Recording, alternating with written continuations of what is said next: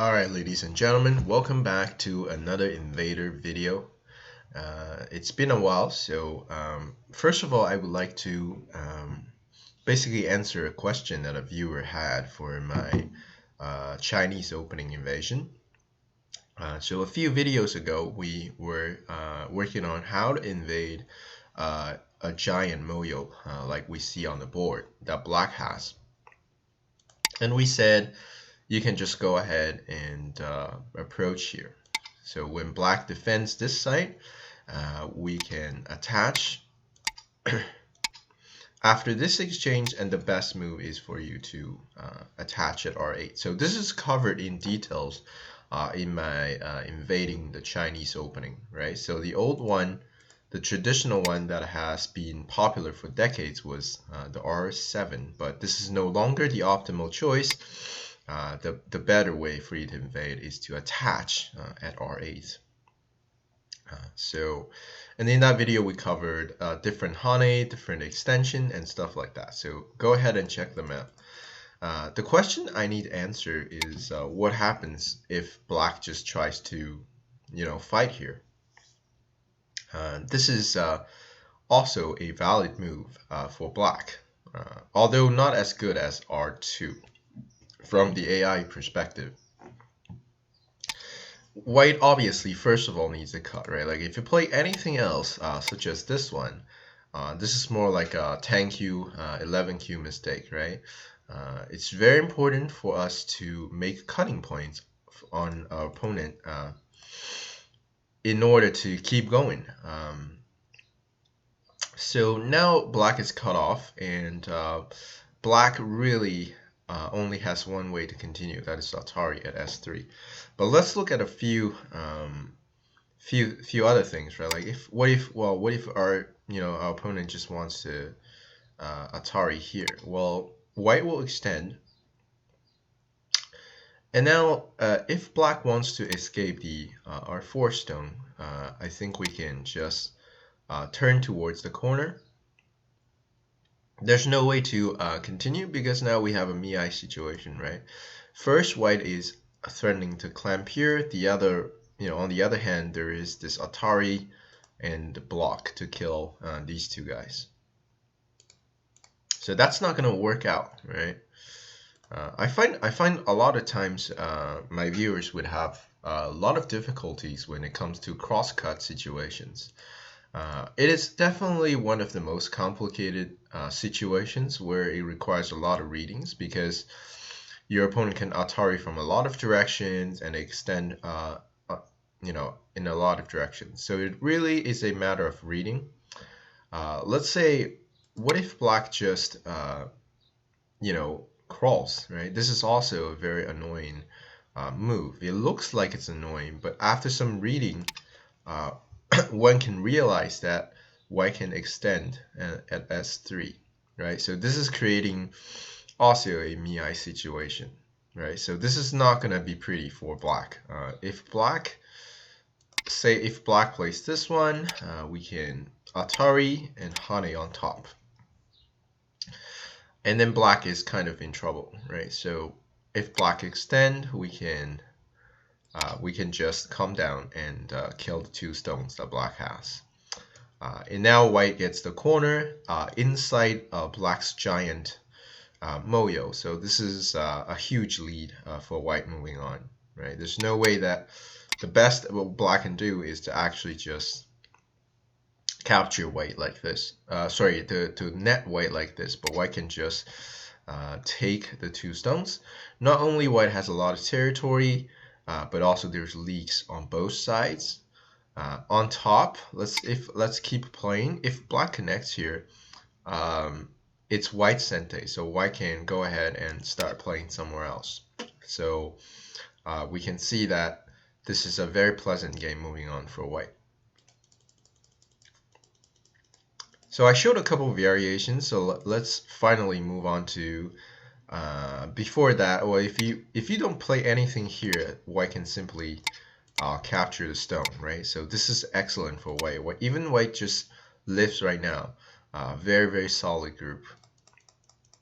So the best defense for black is the Atari. And white is forced to extend. White cannot play the Atari on the other side because now allowing a Panuki like this is not a great idea. So so the correct move is for white to extend, and then black's correct move is to pull stone out. And here white has a very good solution. Uh, so you don't really need to think too hard, right? Think about moves like this in order to coordinate with your Atari here. The problem with this kind of move is like if black just ignores whatever you're doing, the loss in the corner is quite large. So here, white has a very nice, easy to understand solution for players of any level. That is just to take the corner, right? So this is a quite decent sized corner. And later on, there are different type of Ajis going on inside black's territory. So this is how you would play out as white if a black counterattacks, right? So very, very simple. So once again, we first cut. When black plays this out, we just respond everything, and then we take the corner. So this is yeah, this is how you should play as white. All right, so hopefully that answers the questions that my viewer had. So today we'll move on to a new topic, which is a moyo that we see on the board, right? So sometimes we would encounter something like this, right? So without this R15 move, our invasion could be quite easy, right? We already talked about. So this is also a review. The 2-5 second line invasion, very, very interesting. So just to refresh your memory, this is also something that we have covered. So that at this point, white will pull the stone out, forcing black to save the 2 stones, and then we can just go ahead and play out like this. All right, so this is an excellent way for you to play out. So this is very, very successful invasion for white. Moving on, equal game, but white has successfully invaded a moyo while leaving himself the option to live on the site. That's also covered in one of my previous videos. This is also a recap. But today our problem is different. Our problem is that black already has a stone here. So our second line invasion is not going to work out. So today our question is where to invade as white. What would be a good invasion point? So you can pause the video and think about it, and when you come back, we'll go through a little bit of thought process. So first of all, if we try to invade a point like R12, this obviously seems not very smart because black already has a defense over here, right? This R15 stone is waiting for you already. So we don't want to invade a place where our opponent has already, already sent some troops to wait for us. That's usually not a great choice. Let's say, for example, if white just invades like this, right? So if you're not careful, this thing might just immediately get under fierce attack, or if you're so not careful, you might even get killed here. So invading here might not be the greatest idea, right? Not to say that black might just have other ideas to attack white. So what about so this side does not work. Well, what about this side? Well, this is already a way better invasion point than R12, right? Because the defense over this side is definitely slightly weaker. This is a great move. However, black will follow up with a cap on top. So white might manage to live here, but it takes a lot of reading skills, right? So if white plays out this one, black can peep here. And white has to be careful. If white just connects, and black will probably get rid of the eye space that white has. And then it's time for white to figure out some magic to live here. So that I don't want that for my viewers. I don't want you to cook up magic. If you go for this side, black will block with this one. A little bit the same problem. If white ever connects, black will start getting rid of the roots. Then this is also not pleasant for white moving on. Well, this is great.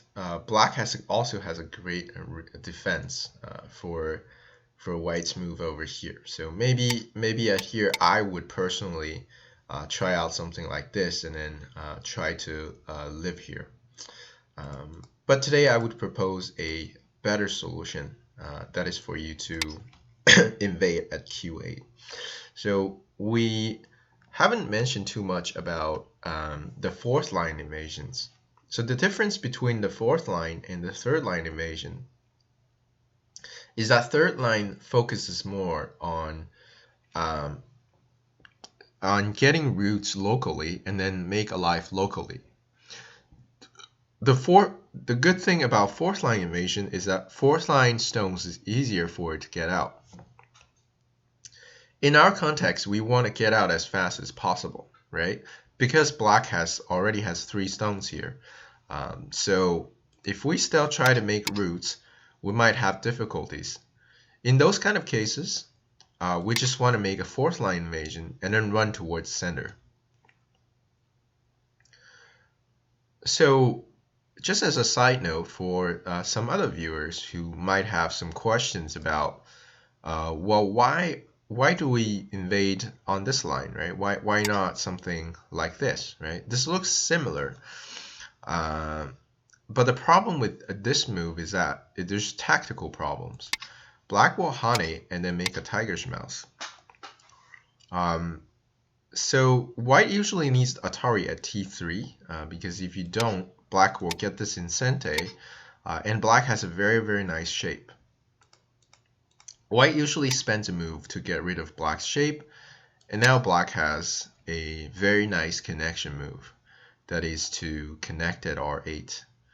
So now black's all connected, and then we have a floating stone for white at Q7. So at first glance, it might look like Q7 is an excellent move because it cuts the group off. But actually, there are tactical reasons why you don't want to play moves like Q7.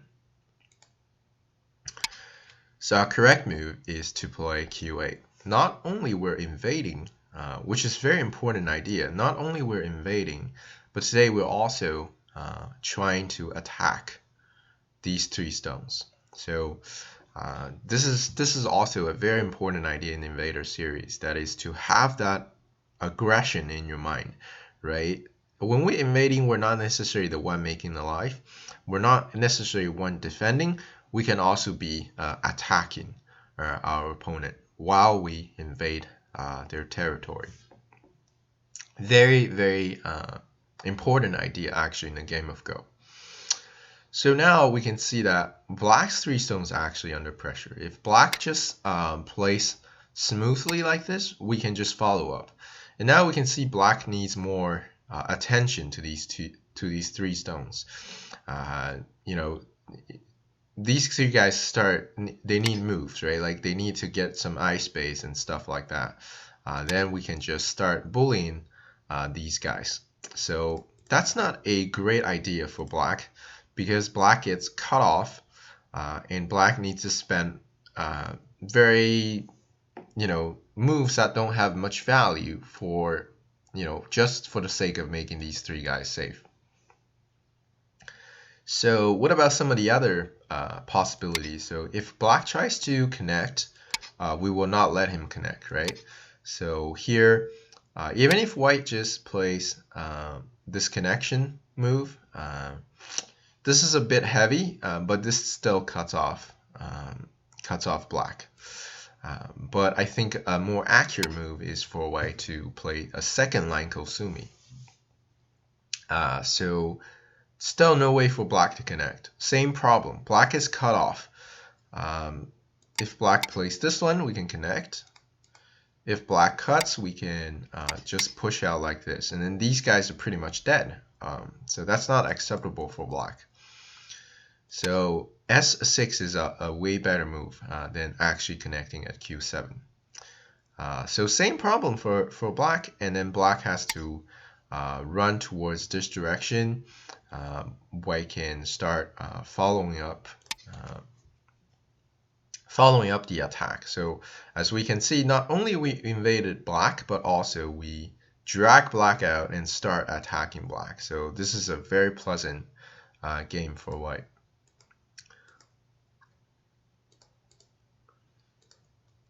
So just for the sake of being very objective and complete, I would present you the most resilient defense that black has, that is to attach and then place the tiger's mouth. This is trying to strengthen the group. White will make the double tiger's mouth. Black honeys, we cannot allow this Atari, so we extend, and then black will start to attack this stone here. So here, this is a challenging situation for white.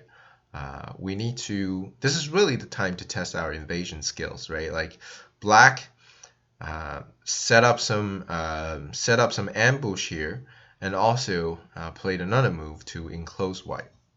So here the correct sequence is for white to first make a little bit of a space here. Now there's some problems, right? Like white is aiming at this kind of moves that will break out.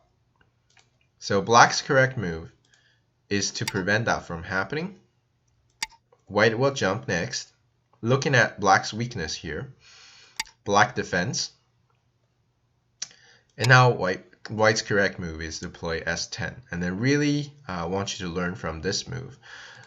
So let's say we just play a normal looking move. Then we have to struggle to live here. So now we have to play this move, then we have to play this move. Later on, not to say there's still some Aji left. But the problems in the process, we actually hurt our corner. We're able to strengthen black's side over here. So even black just start playing on this moyo, then we have to invade again. Then probably our game will go as we have to invade here, we have to invade here, we have to invade everywhere, and then at the end we're gonna lose the game. So here we have to be very slippery. We have to be very flexible in our way of thinking. That is to play the second line.